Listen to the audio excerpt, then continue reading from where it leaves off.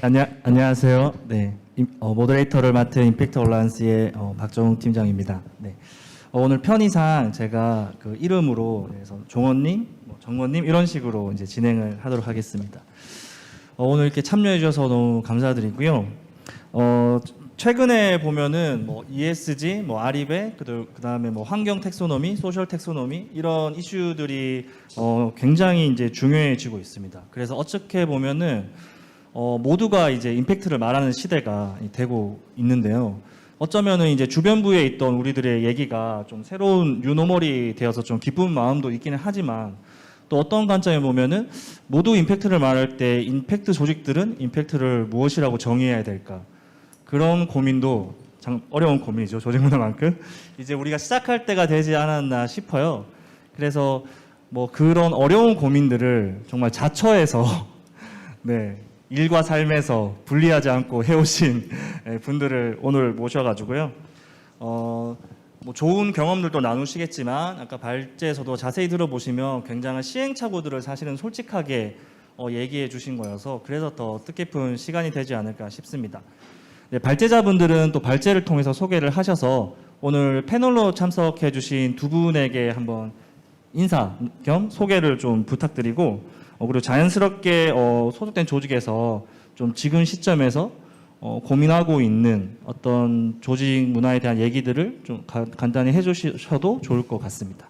네, 성도님부터 먼저 좀 부탁드릴까요? 네, 안녕하세요. 저는 슬로워크의 대표 조성도이고요. 저희 회사는 사회적 가치가 높은 프로젝트들을 위한 크리에이티브 솔루션을 만드는 회사입니다. 그래서 뭐 브랜딩이나 웹사이트나 뭐 여러 디자인 작업물들, 뭐 뉴스레터도 만들고 있고요. 이런 것들을 통해 가지고 임팩트를 더 고객들의 임팩트를 높이려는 그런 일을 하고 있고요. 저희는 창업한 지가 17년이 정도 됐는데 원래는 이런 조직 정체성 이런 게 없다가 2015년에 만들었어요. 그때 처음 미션이나 뭐 핵심 가치 비전 이런 걸 명문화했고 그리고 저희가 2017년에 그걸 한번 업데이트 한 다음에 이제 5년이 흘렸는데 그 미션을 처음 만들 때 5년마다 좀 재점검을 하기로 리뷰를 하기로 그랬었거든요. 그래서 그 리뷰할 시기가 다가와서 뭐 좀 어떻게 해야 되나 그런 고민을 하고 있습니다.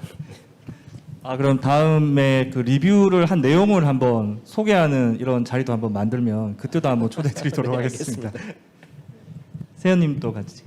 네, 반갑습니다. 저는 사혁신 컨설팅 엑셀러레이팅 임팩트 투자 기관인 미스크라는 곳에서 왔고요. 저는 김세현 선임 컨설턴트입니다. 내부에서는 인사위원회 코디네이터를 맡고 있는데 인사위원회는 이제 리더십으로 주로 구성되어 있는 인사에 관한 주요한 의사결정 을 관리하는 조직이고요. 저는 거기에 의견도 내지만 약간 실무 부분을 좀 담당하고 있는 약간 인사팀의 기능을 하는 그런 사람이라고 이해해 주시면 될 것 같습니다. 저희 회사는 이제 작년에 10주년을 맞이한 회사이고요. 지금은 46명 정도의 구성원들이 함께하고 있고 저 같은 경우에도 이제 8명일 때 좀 처음 합류를 해서 굉장히 폭발적으로 성장하는 과정에 있었던 그런 조직의 그런 내용들을 좀 체감을 해왔던 그런 사람 중에 한 명이고요.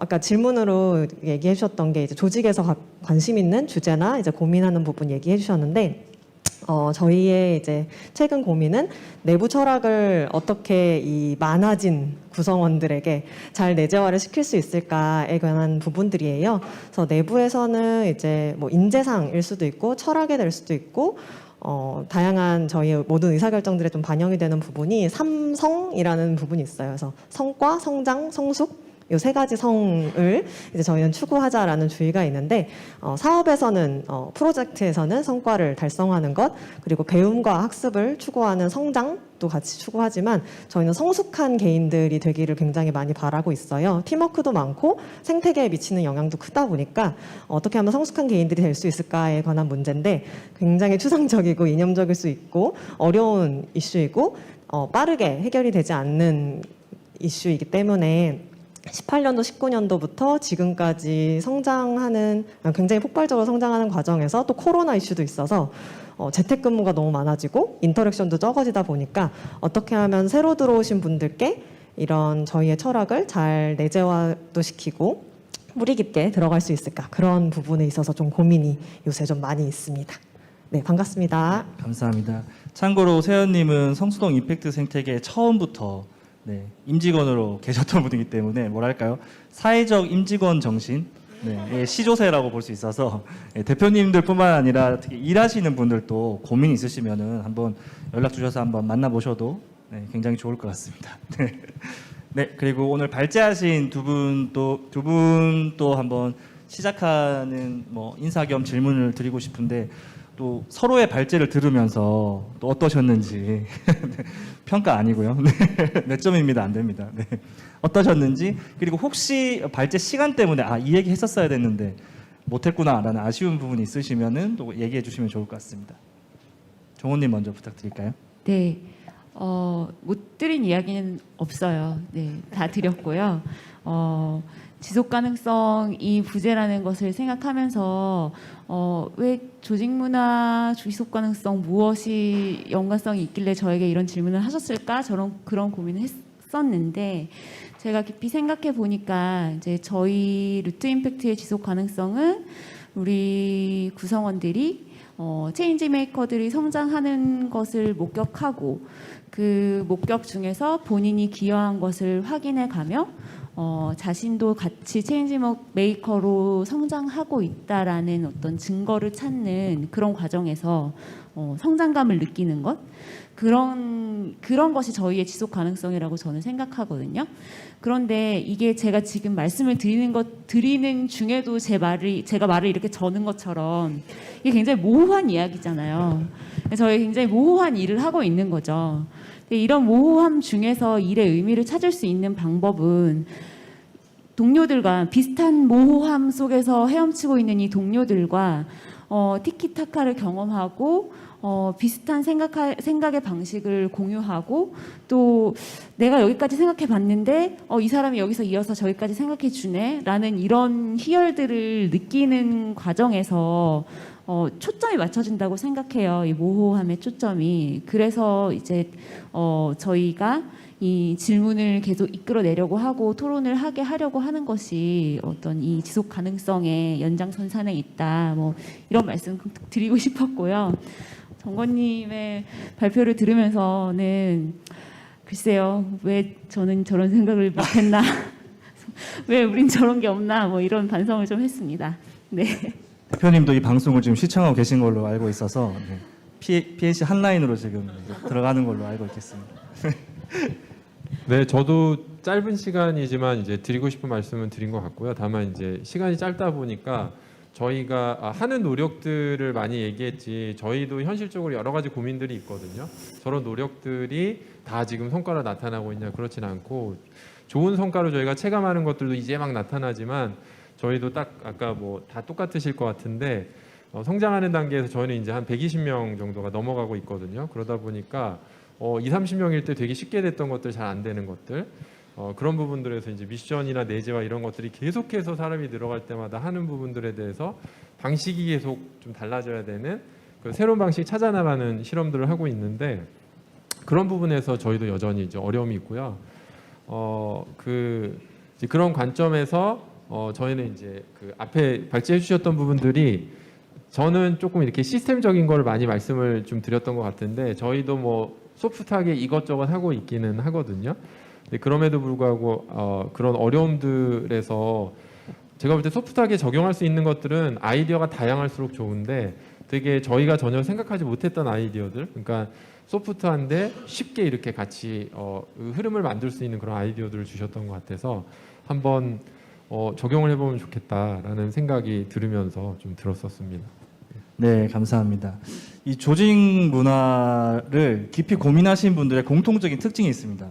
고민이 깊어질수록 모르겠다라는 얘기를 굉장히 많이 하시니까 이거는 혼자 고민해서 안 되겠구나라는 걸 느끼는 순간들을 모두 만나세요. 그래서 이렇게 고민하시는 분들이 만나잖아요. 맥주 하나만 놔두면 밤을 이제 새게 돼서 오늘 또 뭐 그런 모임의 시작이 되면 굉장히 좋을 것 같습니다. 네, 그래서 질문들을 한번 저희가 시작해보고 혹시 청중분들 중에 오프라인 참석하신 분들 중에 혹시 질문이 있으신 분이 있으면 먼저 한번 기회를 들어보는 것도 좋을 것 같아요. 혹시 질문이 있으신 분이 계실까요? 만약에 없으시다면 뭐 안경을 낀 사람 뭐 이런 식으로 제가 얘기를 할 수도 있습니다. 네네네.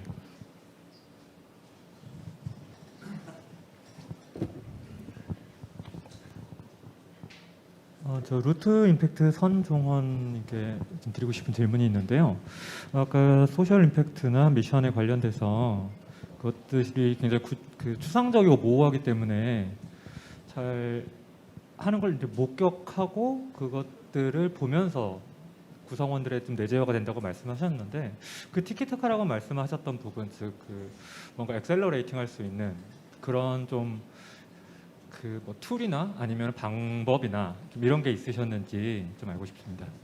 저희가 뭐 최근에 했던 이제 하고 있는 노력은 이제 그 임팩트 체인이라는 그 프레임워크에 저희가 최종적으로 내고 싶은 임팩트와 개인적으로 하고 있는 직무들이 어떻게 이제 연결이 되는지를 논리적으로 좀 나열하는 그런 작업을 각 부서에서 했었어요. 근데 그게 아직 뭐 진행 중이기는 한데 이제 그런 작업을 통해서 어쨌든 내가 하는 일들이 크게는 이런 아웃컴을 내고 그 아웃컴이 이런 임팩트에 기여하게 될 것이다라는 그런 논리를 좀 개별적으로 모두 다 이해하게 해주려고 좀 노력을 했었던 것 같아요. 지금 최근에 했던 노력 중에 기억나는 건 그게 있네요. 네. 네, 감사합니다. 혹시 또 추가로 네네.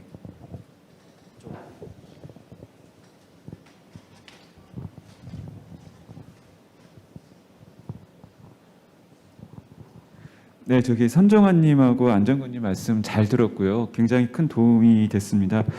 제가 이제 오늘 오면서 가장 좀 감명 깊었던 게 안정환 CSO님께서 그 시스템 접근에서 탁월한 리더십과 탁월한 구성은 피플이라는 측면을 말씀해 주셨는데요. 사실 이 부분들은 굉장히 가슴 깊게 조직 문화 지속 가능성을 하는데 중요한 부분이라고 생각하는데 보통 탁월한 구성원에 관한 많은 해법들은 제시를 하는데 이 탁월한 리더십에 관련해서는 사실 많은 고민들이 있는 것 같아요. 제가 평상시에 좋아하는 말이 보스를 모시지 않고 리더와 함께하는 조직이 참 좋은 것 같다라는 부분들인데요. 조직 문화 개선에 있어 탁월한 리더십을 만드는 방법 고민 많이 하셨을 건데 하나만 팁을 주신다면 무엇이 있을지 여쭤보고 싶습니다. 네. 이제 이렇게 질문을 하시면 저희도 이제 바닥이 드러나는데요. 저희가 아까 이제 고민하는 것들이 있다고 했는데 그 중에 하나가 저희도 딱 리더십입니다. 저희가 바라는 어떤 리더십의 모습에 맞게 역량이 길러지는 부분에 있어서 저희가 지금 가장 깊은 고민의 영역 중에 하나 있고요. 또 참고로 저희도 계속 노력해야 되는 포인트가 있다라는 거는 이제 저희가 전체적으로 보면은 회사 내에서 이슈 중에 하나가 두려움 없는 조직을 어떻게 만들 거냐라는 게 저희는 또 지금 시점에 중요한 건데 당연히 그게 얘기하신 것처럼 두려움 없는 조직이 구성원이 두려워서 뭐 그렇지는 않잖아요. 이제 리더십의 어떤 그런 거에서 우리가 어떻게 두려움 없는 조직을 더 만들어 나갈 거 이런 고민에 사실은 과정에 있다라는 말씀을 드리고요.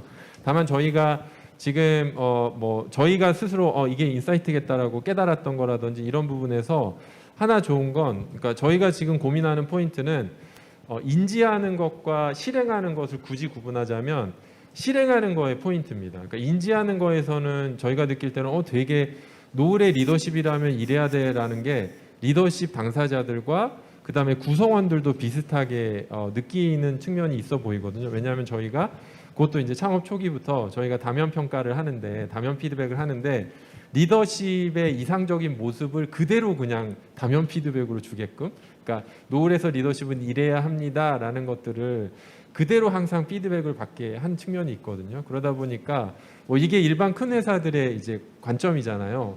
중요하면 나에 대한 피드백이나 평가에도 반영되게끔 하는 게 이제 가장 명확한데 아무래도 전체적으로 뭐 교육을 할 때도 그렇고 그 다음에 성과를 보게 할 때도 그렇고 그다음에 이슈가 터졌을 때 당신은 리더십으로서 지금 이런 이슈가 있는데 요거는 요런 문제로 봐야 됩니다라는 거에 근거도 저희는 저희가 말한 그 리더십에 대해서 저희가 정의해 놓은 거를 기반으로 알려주거든요.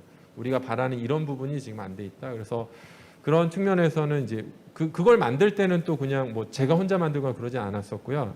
만들 땐 참여적으로 우리가 원하는 리더십 상은 누군가라는 게 이제 그때 당시에 있었던 구성원이나 리더들하고 만든 건데 전체적으로 그런 면에서 보면 저희가 아직까지 좀 이거는 작동할 수 있겠다라고 생각한 거는 우리 회사의 특성과 뭐 산업이나 조직의 규모와 이런 것들 특성을 볼 때 우리 모두가 원하는 우리 내부의 리더십 상은 뭐냐라는 거를 전체적으로 같이 한번 그 상 자체는 명확하게 정리하면 거기에 대한 이해가 똑같다면 그 다음에 이제 실행력을 어떻게 높일 건가의 문제로 그것만 남는 게 아닌가. 저희는 이제 그 실행력 측면, 그런 리더가 돼가는 측면을 고민하고 있는 단계다 이렇게 보시면 될 것 같습니다.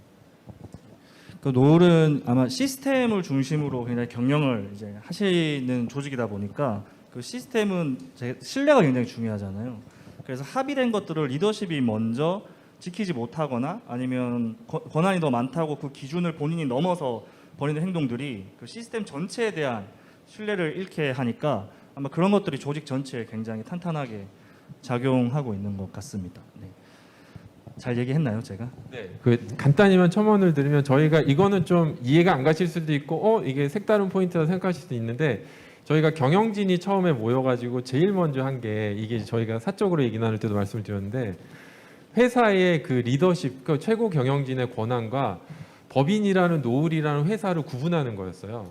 그러니까 법인격이라는 게 왜 별도로 존재하는지, 그러면 CEO가 있고 CEO의 의사결정이 있고 회사가 정해놓은 원칙과 가치와 철학이 있는데 두 개 중에 상충할 때 어떤 거에 해야 되냐? 그럼 우리는 평소에는 대표가 하라니까 또는 뭐 창업자가 하라니까 이렇게 가잖아요. 근데 저희는 그거 하나는 노을의, 그러니까 모든 대표 CEO를 포함해서 창업자를 포함해서 노을이라는 법인격이 가장 잘 되는 의사결정에 집중해야 하고 거기는 누구도 예외가 없다라는 거는 이제 많이 고민을 했던 것 같아요.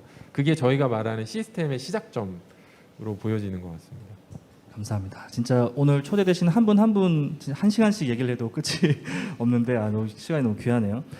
그러면 저희가 다른 질문을 준비한 질문을 조금 진행하면 좋을 것 같아서 미스크의 세연님한테 한번 질문을 드리고 싶습니다. 오늘 행사의 주제가 뭐 저희가 딱 조직 문화라고 얘기하지만 임팩트 조직의 조직 문화는 또 우리가 가지고 있는 소셜 미션이 내재화되는 것이 굉장히 중요하다라는 관점을 저희가 같은 메시지로 계속 얘기를 하고 있는데요. 그 생각해 보면 이제 미스크에서 굉장히 이니셔티브를 가지고 있는 비콥이라는 방법론이 굉장히 앞서서 이런 고민들이 굉장히 많이 축적돼 있고 심지어 미스크는 지금 3번째 재인증을 진행 중인 과정에 있어서 그 비콥의 그 인증과 뭐 재인증 사이나 아니면 그 진행해온 이야기들을 조금 들려주시면 되게 좋을 것 같아요. 소개도 한번 해주시면 좋을 것 같고. 네, 비콥은 아시는 분들도 계시겠지만 이제 글로벌 임팩트 기업들에게 이제 인증을 주고 또 브랜드를 같이 함께하고 있는 문화 운동이에요. 지금 몇 분들 입고 또 신고 계시는데 파타고니아라든가 혹은 올버즈 같은 기업들도 이제 비콥 운동을 같이 참여를 하고 있는데 비콥 같은 경우에는 이제 5가지 영역 또 2가지 종류로 평가를 하는 그런 인증 체계입니다. 5가지 영역은 이제 지배구조, 기업 구성원, 뭐 지역사회, 환경, 고객 이런 5가지 주요한 이해관계자들에게 우리 기업이 어떤 임팩트를 주느냐에 대해서 이제 소정의 시험지 형태가 되어 있어요. 그래서 거기에 우리 기업의 현황에 대해서 체크를 하면은 약간 점수가 이제 실시간으로 보여지는 그런 형태를 띠고 있고요. 또 2가지 종류라 함은 이제 아까 노을에서도 말씀해 주셨듯이 통합적 관점이랑 좀 얼라인이 될 것 같아요. 그래서 소셜 임팩트를 비즈니스 모델로 어떻게 창출을 하는지 그리고 그와는 별개로 기업 내부에서 ESG적인 요소나 혹은 기업 경영의 관점에서도 어떻게 녹여내고 있는지 이 2가지 종류를 같이 보고 있기 때문에 소셜 임팩트를 추구하는 조직이라면은 한 번쯤은 좀 자가 진단도 해보시고 또 우리 회사의 지금 현황은 어떤가 한번 살펴볼 수 있는 좋은 도구라고 생각을 해요. 네, 비콥은 이제 저희 회사 같은 경우에는 2011년에 설립을 했는데 2016년에 이제 비콥을 인증을 받았어요. 그때 이제 대표님이 해외 네트워크나 파트너사들로부터 이제 아시게 돼서 우리도 적용해보자 했었는데 이번이 3번째 재인증 과정을 거치고 있어요. 첫 번째 인증을 2016년에 했을 때는 그냥 대표님이 영어 잘하시는 직원분이랑 같이 했어요. 그래서 2분이 이제 쿵짝쿵짝 하시더니 인증을 이제 진행을 하셨고 그 과정에서 저희도 그때 8명, 10명 막 이랬어가지고 너무 세팅된 게 없고 하다못해 취업 규칙이라든가 혹은 내부 문서들 이런 것들도 너무 정립이 안 되어 있던 그 때였기 때문에 비콥 자가진단을 해보면서 우리가 이런 게 부족했구나. 소셜 임팩트라는 것은 이런 거였구나, 이런 것에서도 임팩트를 추구할 수 있구나라는 것을 좀 깨달았던 계기가 됐던 것 같아요. 그래서 첫 번째 인증에서는 그런 것들을 알게 되는 시작점이 되었고, 두 번째 인증은 이제 2년 정도 후인 2018년 정도에 저희도 이제 CSO님이 계셔서 CSO님이랑 저랑 이제 다른 분들이 4명 정도가 TF가 되어가지고 두 번째 인증을 준비를 했습니다. 그때는 이제 조금 더 발전된 평가 모델에서 인증을 이제 진행을 했었는데 소셜 임팩트를 어떻게 하면 더 강화시키지? 우리가 지금 규모에서 한 10몇 명 정도의 규모였었는데 지금 규모에서는 어떻게 더 임팩트를 강화시킬 수 있을까? 우리가 더 해볼 수 있는 건 무엇일까의 관점에서 시작이 되면서 뭐 젠더, 다양성 위원회도 만들어보고 뭐 내부의 윤리 강령도 만들어보고 이런 새로운 시도들을 하게 되면서 지속 가능성에 조금 더 다가가려고 노력을 했던 것 같아요. 그리고 세 번째 재인증을 지금 준비를 하고 있어요. 아직 재인증 확정이 안 됐는데 이번 세 번째 재인증에서는 5가지 영역마다 각 TF가 구성이 되어서 부대표님들 그리고 저희 내부 컨설턴트들 다 포함이 돼서 10명이 여기에 달라붙어서 비콥 재인증도 하면서 우리 회사는 왜 비콥이지? 그리고 이 문서를 어떻게 증빙을 할 수 있을까? 이런 고민들도 하게 되었고 더불어서 내부 브라운백 세미나까지 했어요. 그래서 5가지 영역별로 5번의 브라운백 세미나를 하면서 신규 직원 아니면 전혀 상관없는 뭐 경영지원팀의 회계 직원까지도 이제 참여를 받아가지고 우리 회사가 왜 비콥이고 왜 비콥이 되어야 하고 혹은 비콥에서는 아직 점수가 부족하지만 이런 부분들은 어디서 좀 노력을 해보고 싶다라는 그런 대화들을 조금 더 열린 세미나 자리를 마련을 해가지고 내부 구성원들도 비콥에 대해서 이해를 할 수 있도록 좀 자리를 마련했던 그런 계기가 되었어요. 그래서 비콥에 대해서도 이제 많이 알려주시면 이제 니즈를 알려주시면 도와드릴 수 있을 텐데 사회적 가치를 내재화하는 데 있어서는 굉장히 좋은 도구였던 것 같아서 스타트업분들께 특히나 좀 추천을 드리는 툴이기도 합니다. 네, 저도 실제로 이제 이전 조직에 있을 때 비콥 사전 진단을 한번 진행을 해봤습니다. 그래서 비콥을 꼭 저희가 인증이 목적이 아니더라도 그 사전 진단 항목을 한번 우리가 대답을 한번 해보는 것도 굉장히 좋은 경험을 제가 되게 임팩트의 관점이 굉장히 체계적이고 넓어졌거든요. 그래서 이런 것까지 이게 챙겨야 되는구나라는 것이 있어서 거의 ESG 아까 얘기하셨던 지속가능 경영의 어떤 요소들과 거의 일치하고 있는 요소들이어서 굉장히 접근하기 좋은 방법론으로 추천드리고요. 그 사전 질문에도 이제 많이 들어왔는데 결국 조직 문화나 뭐 피드백 문화, 뭐 질문을 많이 하고 이런 것들이 좋은 사람이 조직에 합류해야 되는 게 아니냐라는 질문들이 좀 있었어요. 뭐 이거와 관련해서 정건님 또 하실 얘기가 많이 있으시겠지만 네.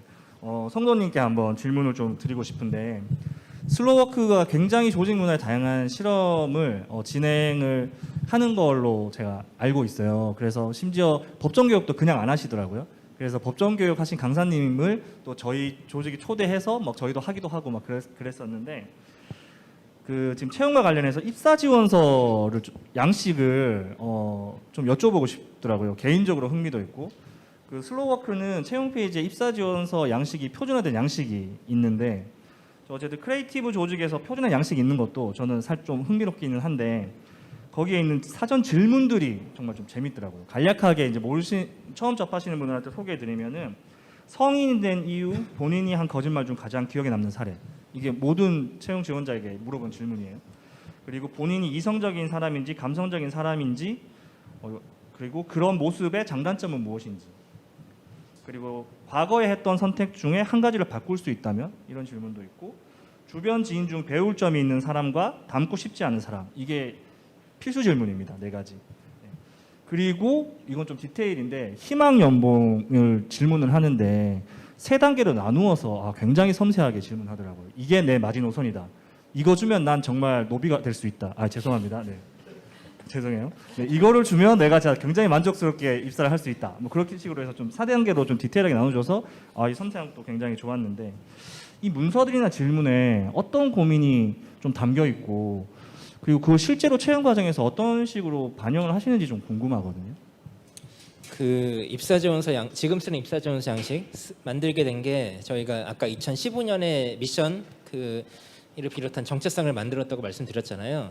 근데 그걸 만들면서 핵심 가치를 만들고 핵심 가치에서 그렇게 뭐 우리가 채용을 어떻게 해야 되는지 이런 데까지 온라인을 시키는 과정을 거쳤어요. 그러면서 그 전엔 저희가 입사지원서 양식이 따로 없었는데 이 채용 프로세스까지 한번 제대로 설계를 해보자, 우리의 정체성에 맞게, 이렇게 하면서 입사지원서 양식을 만들었던 거고, 그 일단 입사지원서 양식 전에 저희의 그때 인재상에 대한 고민이 하나 있었는데, 보통 뭐 이런 사람을 우리는 원한다 하면서 인재상의 요건 몇 가지를 정하잖아요. 근데 그때 제가 비밀을 하나 알려드리면, 안정권 CSO님이 그때 저희 회사에 계실 때 같이 작업을 했던 거고, 예, 그런 비밀이 하나 있는데요. 몰랐습니다.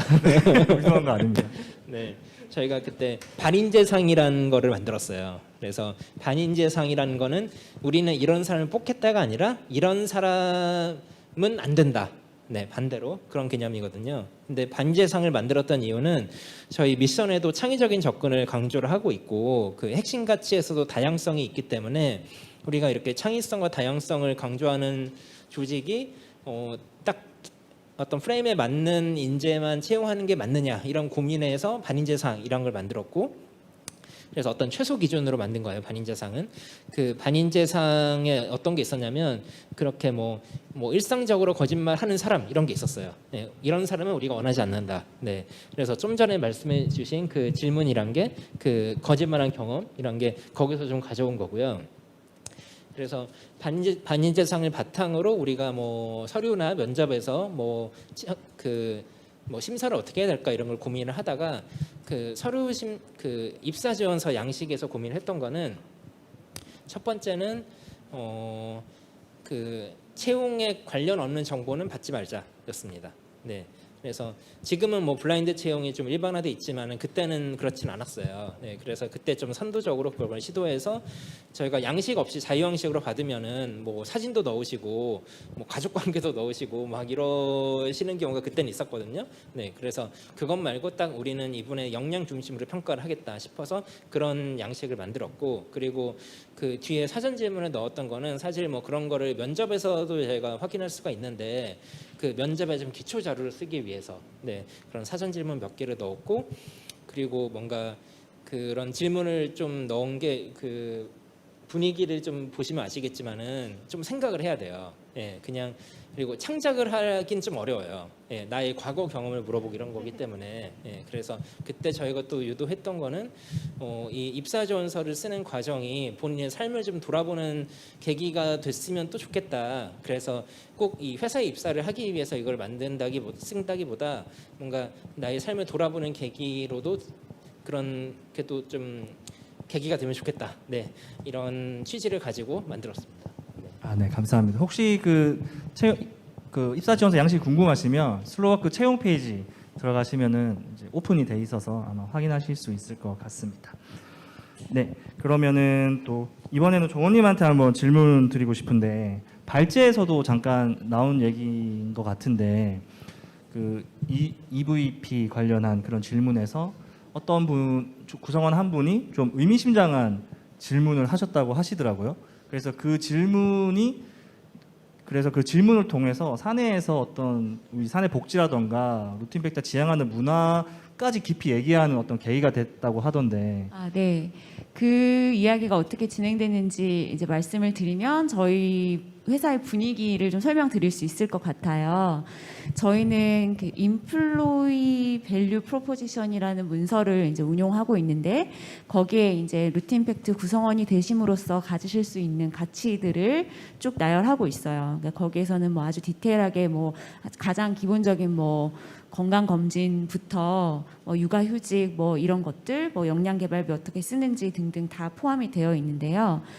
이제 그 한라인 통해서 주신 의견은, 이제 그 문서들을 쭉 읽다 보면 루트 임팩트가 마치 어떤 고정된 전통적인 생애 주기의 그 사이클을 택하기를 좀 권장하고 있는 것 같다.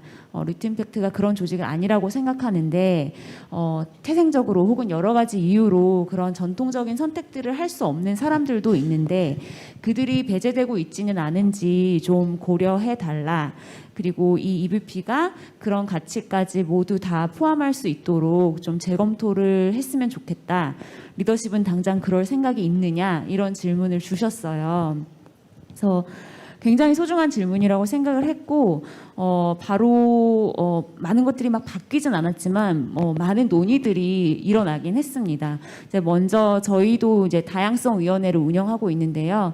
다양성위원회도 구성원들이 자발적으로 모여서 이제 다양성 렌즈에 대해서 고민을 하고 루트 임팩트가 잘 적용하고 있는지 혹은 뭐 그 이슈에 대해서 우리가 알고 있어야 할 것들은 없는지 뭐 각자 자율적으로 학습 주제를 정해서 학습을 하는 조직이에요. 근데 이제 거기에서 루트 임팩트가 운영하고 있는 EVP에 대한 이제 깊은 논의를 시작을 했어요.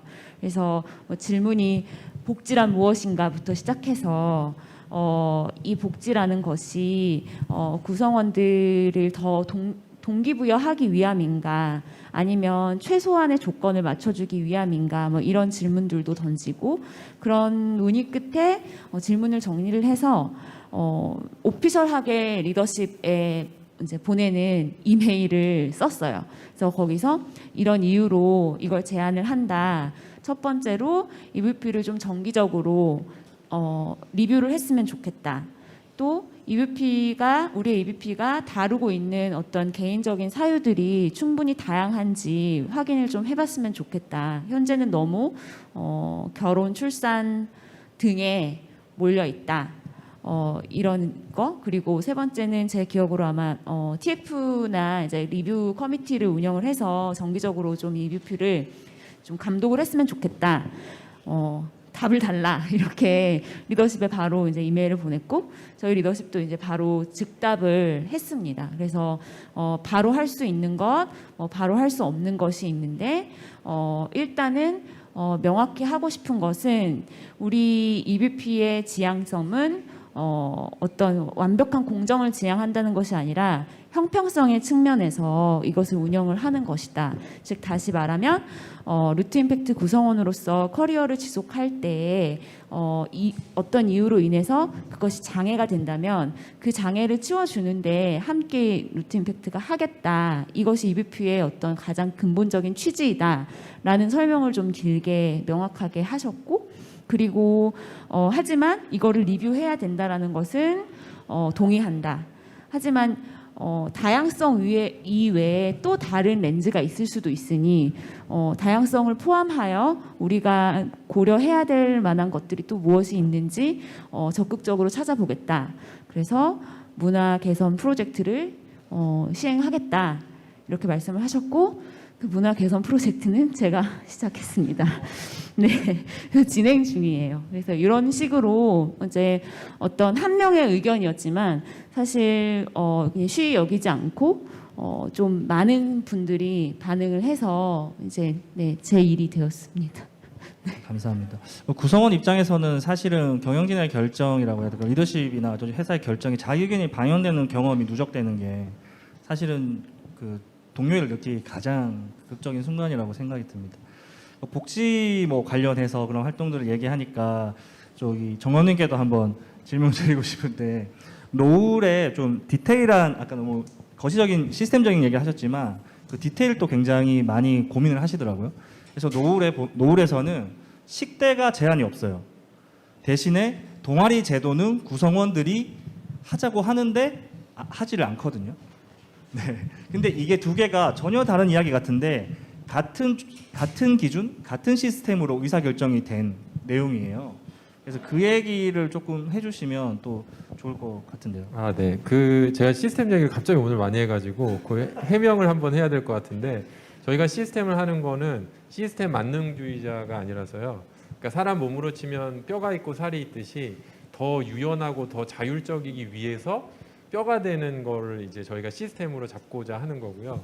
그 뼈가 부러지면 안 되잖아요. 그래서 시스템을 한번 잡으면 그 시스템을 잡을 때는 참여적으로 잡고 모두가 이제 참여적으로 이 시스템을 우리가 한번 가보자라고 했을 때는 그 시스템을 누구도 무시하지 못하게 만들기 위해서 그걸 강조하는 거지 시스템 안정주의자 그런 건 아니고 저희도 이제 살붙이기는 항상 그래서 제가 아까 그 팀장님 얘기하신 거 그런 것도 좀 저희도 고민을 더 해보면 좋겠다 이런 얘기를 한 건데 저희는 이제 그런 게 다 이제 저희가 얘기하는 뭐 시스템 정책 이렇게 얘기할 수 있는데 기본적으로 사람에 관한 거가 있잖아요. 조직이니까. 그러니까 저희는 기본적으로 사람이 전인격적으로 존중받는 회사를 만들고자 하는 게 저희의 꿈입니다. 사람에 대해서는. 그러니까 비즈니스에 대해서 뭐 이런 거가 다 있지만 사람에 대한 철학은 사람이 전인격적으로 존중받는 회사가 되었으면 좋겠다. 그러면은 이 분들이 회사에 와서 일하는 데에 집중하고 이제 다른 거에서는 조금 그게 차별이던 불편함이든 이제 그런 걸 최소화하기 위해서 하는 거고요. 전인격적인 구성원들로서 저희가 요구하는 이제 또 어떤 바라는 가치들이 있죠. 그 중에 하나가 저희가 볼 땐 주도적이고 스스로 회사에 가장 좋은 것들을 생각해낼 수 있었으면 좋겠고 왜냐하면 그래야지 자율성이 돌아가니까요. 그러면서 아까 얘기해 주셨던 게 뭐냐면 구성원들이 제가 이제 이전에도 경험들을 보면 이전 회사들에서 식대 저희 식대 지원해요. 근데 9,000원. 그러면 가급적 9,000원에 맞춰 먹고 싶어 해요.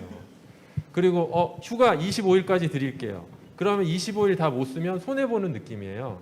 그래서 저는 이제 그런 것들은 자율성에 해가 된다라는 생각을 저희가 많이 했거든요. 그리고 전인격적으로 행동하는 거에 방해가 되는 요소라고 해서 저희는 식대를 이제 구분하지 않는 거죠. 그래서 실제로 그걸 좀 과다하게 남용하는 케이스도 있어요. 그럼 저희가 이제 얘기를 하거든요. 이런 케이스 안 됩니다라고 하면 그럼 제발 좀 정해달라 상한선을 거기에 맞춰서 좀 하게. 그럼 저희가 절대 안 정해주죠.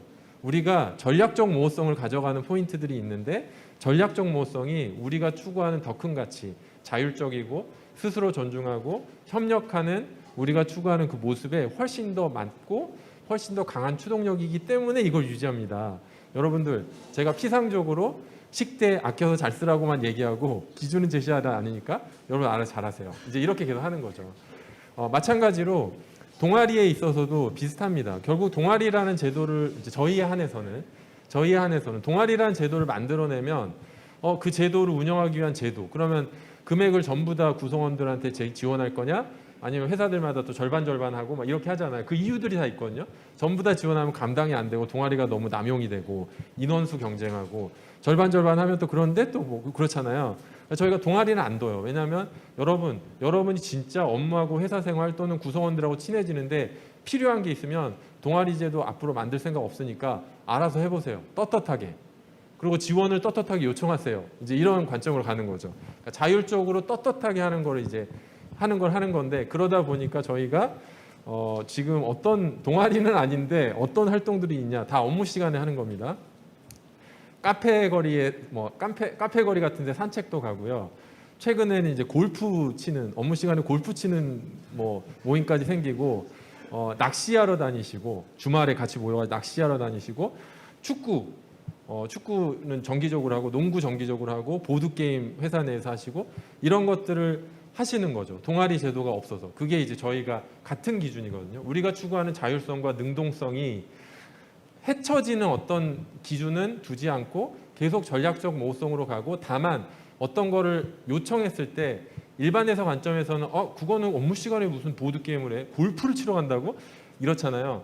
저희는 그게 전인격적으로 분명히 신뢰 기반 그러니까 이 신뢰는 이제 개인에 대한 신뢰는 아니고요. 분명히 우리 모두는 그러니까 우리 노후 구성원의 대다수는 본인이 회사를 위해 최선의 업무 효율과 최선의 업무 효과와 기여에 대한 책임감을 갖고 있을 거다라는 이제 그 신뢰 기반 위에서 그런 것들을 열어주거든요. 그러면 본인들이 그걸 열어주면 알아서 또 업무 시간은 알아서 뭐 본인이 저녁까지 하든지 그런 것들을 좀 하는 게 아직까지는 120명 정도까지는 잘 되고 있습니다. 그런 측면에서 당분간은 동아리 제도를 저희가 도입할 생각이 없습니다. 왜냐하면 동아리 제도를 만든 것보다도 더 다양한 그룹들이 이미 지금 하고 있거든요. 네, 그렇습니다. 네, 감사합니다. 그래서 이 같은 어떤 의사 결정의 그 맥락 그리고 또 다양한 관점을 이렇게 또 여러분이 들으시면은 또 이제 본인 조직의 본인의 색깔을 좀 찾아가는 데도 좀 도움이 될 것 같아서 이제 질문을 드렸고요. 저 세훈님이랑 성도님한테 같은 질문 한번 좀 드려보고 싶은데 노을도 이제 처음 시작했었지만 지금은 이제 100명이 넘는 조직에 이제 상장까지 하신 조직이기 때문에 어떻게 보면은 뭐 참여하시는 분들 중에 좀 격차가 느껴질 수도 있거든요. 물론 처음 얘기를 들으면 굉장히 또 공감이 될 텐데 오늘 시간상 아쉽지만 그 두 조직 같은 경우도 사실 적은 인원으로 시작해서 굉장히 또 그 시간에 걸쳐서 인력이 폭풍적으로 늘었다가 폭발적으로 늘고 있고 또 변동을 또 많이 겪기도 하고 이런 이제 맥락들이 있으시니까 어떻게 보면은 내부에 이런 조직 문화나 아니면 내부 커뮤니케이션, 사회적 가치를 내재화한다던가 이런 HR적인 부분에서 전문가가 없는 시기들이 꽤 있으셨을 것 같아요. 그랬을 때는 이런 게 얘기를 들으면 정말 어려운 일인 것 같은데 그럴 경우에 이제 그런 것들을 어떤 식으로 좀 접근할 수 있고 아니면 시도할 수 있고 아니면 어떻게 내부에서 그런 걸 좀 육성이라고 해야 될까요? 그런 다양한 어떤 경험들을 한 분씩 좀 얘기해 주실 수 있으실까요? 세연님 먼저 부탁드리겠습니다. 네, 저희 같은 경우에는 말씀하신 고민을 많이 겪고 있어서 언제까지 이제 이 규모 이후에 늘어날 때 어떻게 이어갈 수 있을까 고민이 많이 있어요. 근데 저희가 지금까지 해왔던 노력은 두 가지가 생각이 나는데 첫 번째는 이제 아까 잠깐 언급드렸던 삼성에 기여해서 저희는 약간 격자 조직 같은 그 조직 체계를 꾸리고 있어요. 그래서 성과, 성장, 성숙이라고 아까 말씀을 드렸는데 성과 같은 경우에는 되게 뚜렷해요. 저희는 컨설팅, 뭐 엑셀러레이팅 이런 건건마다 프로젝트를 진행을 하고 있기 때문에 그 사업마다 팀이 꾸려져요. 그래서 어디는 뭐 디자이너, 컨설턴트 뭐 몇 명 혹은 뭐 이렇게 저렇게 이렇게 다르게 유닛이 이제 이루어지고 있어서 그런 프로젝트 팀이 따로 있고 또 성장은 클럽이라는 유닛이 또 따로 있어요. 그거는 투자 클럽, 지속 가능성 클럽, 디자인 클럽 이런 식으로 클럽이 따로 구성되어 있어서 콘텐츠에 대한 R&D를 진행을 하는 구성이고 좀 신규 입사자나 좀 들어오신 지 얼마 안 되신 분들보다는 좀 경험이 많고 컨설턴트 이상급들이 좀 주로 갖고 있는 그런 클럽 구조가 있고요. 세 번째로 성수군 랩이라는 유닛이 또 따로 있어요. 랩은 이제 제가 정의하기로는 약간 가족 같은 느낌이라고 보시면 되는데 내부에서 태도, 마인드셋 혹은 회사에서의 어떤 적응점, 애로사항들이 없는지 힘들진 않은지 약간 케어하는 가족 같은 느낌이어서 가족이랑 저희가 일을 하는 경우가 많진 않잖아요. 그렇지만 어디서 힘들어 오면은 좀 케어하는 그런 구조. 그래서 프로젝트 팀과 클럽과 랩이 각각으로 나눠져 있는 그런 약간의 격자 조직 같은 느낌? 굳이 유닛을 많이 만드는 이유는 피드백 채널을 늘리기 위함이거든요. 그래서 어떤 팀으로 되게 단단하게 구성이 되어 있으면 물론 결속력과 또 몰입도와 뭐 글에 대한 뭐 역량 강화나 이런 것도 너무 좋지만 저희는 사내에서 우리의 가치와 또 철학을 잘 흘려보내주고 어쩌면 저 같은 이제 오래된 사람들과 신규 입사자들 간의 간극이 있을 수 있어요. 그래서 그런 것들을 이제 랩장들이 또 내려보내주고 프로젝트에서도 또 같이 이야기하고 클럽에서도 또 이야기하고 그래서 좀 더 이런 유닛을 많이 가져가게끔 하는 것이 사일로도 좀 줄일 수 있는 그치만 커뮤니케이션은 굉장히 많이 드는 강점과 약점이 뚜렷한 그런 구조가 될 것 같아요. 그래서 그런 것 외에도 두 번째로는 이제 저희 대표님이 독서를 되게 좋아하세요. 그래서 사내 독서 토론 모임을 꾸준히 가져가시거든요. 그래서 제목은 예비 사내 기업가 학교라는 제목으로 신규 입사자들이 오시면 이제 한 5명, 6명이 꾸려지면 저희 회사에 관련된 또 혹은 우리 회사의 약간 철학과 방향을 좀 담고 있는 저서들이 있어요. 그런 책들을 좀 같이 좀 나누시고 독서 토론하고 블로깅하고 대표님이랑 토론을 하는 그런 과정들을 이제 기수마다 한 5번, 6번씩은 책을 돌아가면서 독서 토론을 하는 그런 경우가 있는데 그걸 가지고 이제 대표님이 생각하시는 철학이나 우리 회사에서 쓰이는 용어, 언어, 혹은 행동의 패턴, 기존의 경험들 이런 것들을 좀 많이 신규 입사자분들한테 내재화를 시키려고 노력을 하게 되는 것 같아요. 그래서 언제까지 이 구조를 규모가 늘어남에 따라서 좀 유지할 수 있을까 고민인데 어떤 것들은 졸업하고 또 어떤 것들은 새로 취하면서 좀 규모에 맞는 저희의 방식들을 좀 꾸려 나가야 될 것 같아요. 그래서 어떠신가요?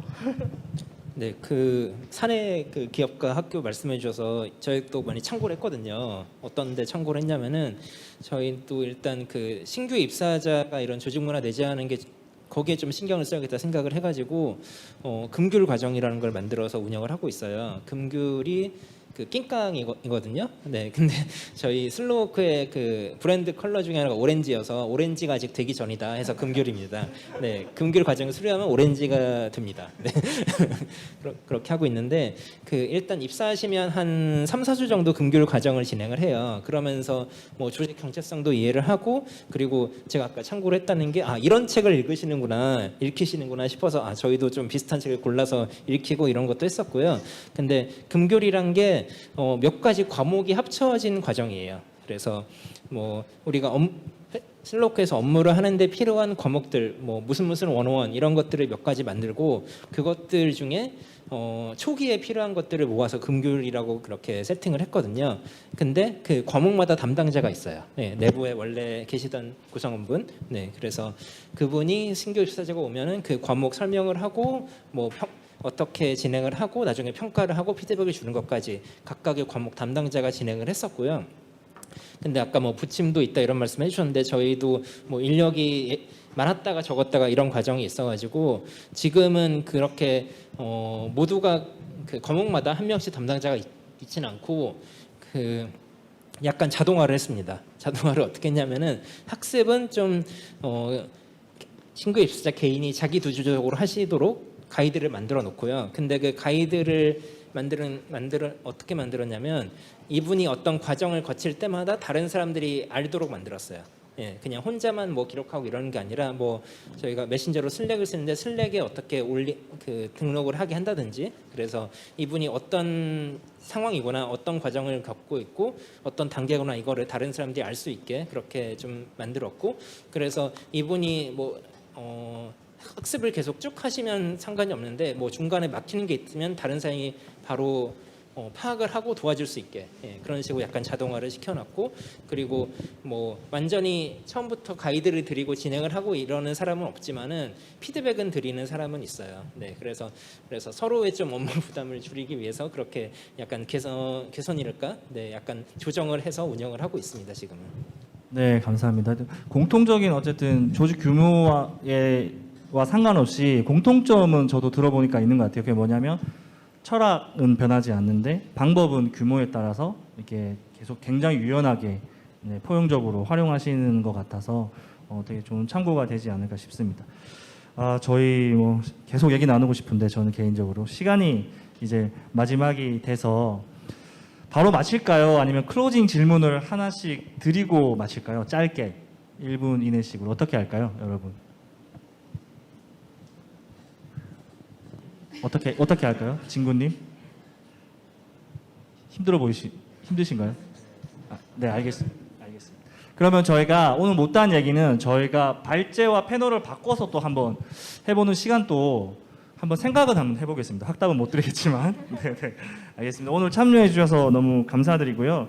조직 문화라는 게 참 정답은 없는데 오답은 명확한 그런 분야여서 정말 이런 고민을 같이 하는 사람들이 정말 자주 만나는 게 어떻게 보면은 우리가 추구해야 될 방향성이 아닐까 생각하고 있습니다. 오늘 발제 그리고 패널로 참여해 주신 네 분 너무 감사드리고요. 또 순서 같이 해주신 여러분들도 진심으로 감사드립니다. 네, 감사합니다.